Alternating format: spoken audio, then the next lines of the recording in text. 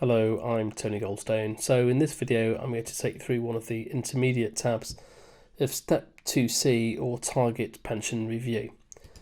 So I'm going to click through from the table of contents onto Step 2C or Target Pension Review.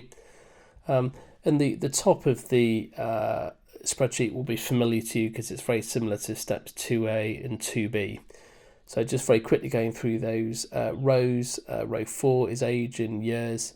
Row 5 is pensionable salary based on final salary for the legacy pension, tax year starting into row 6. And then absolutely crucial to this particular screen is the target pension.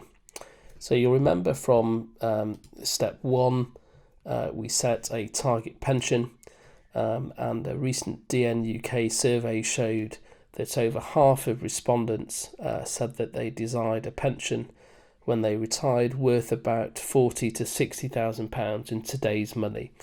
So by default, we've chosen the midpoint of that of £50,000. So that's the aspiration of most current consultants, to end up with a pension of around that. So if we go to back to step 2C, the target pension review, we can see that the £50,000 in today's money is being inflated by our CPI assumption, which is 2%. And if you wish, you can change that assumption in the factors tab. But most actuaries would agree that that's a reasonable assumption for long-term inflation.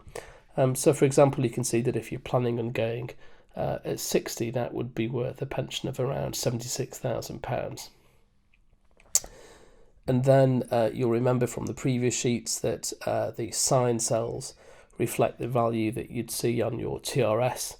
But of course, people aren't going to receive those because if you're going early, you need to factor in the actuarial reduction, which is showed in these rows here.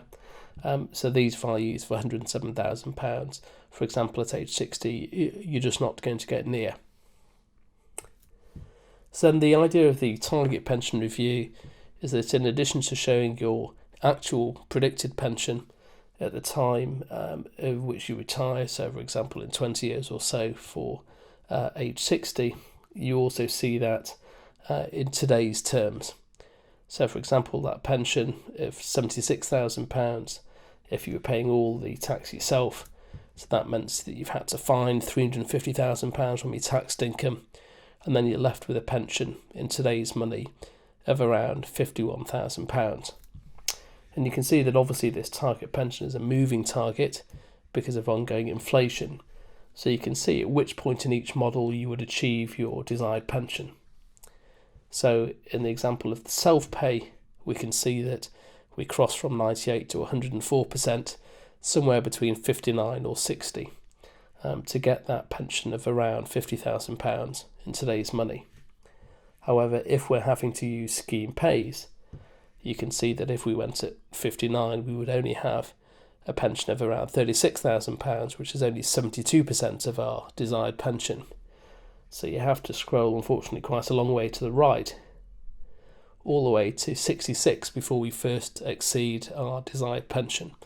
So rather than going down here at 59.60, we're talking about working another 6 or 7 years to get a pension which exceeds our desired pension of £50,000 a year. And again, we've also got the advanced and hokey option, so you can see where your desired pension would be based on the values that you put into that. By default, it's the same as scheme pays all, so you can see that currently all of those values are exactly the same. Thank you very much.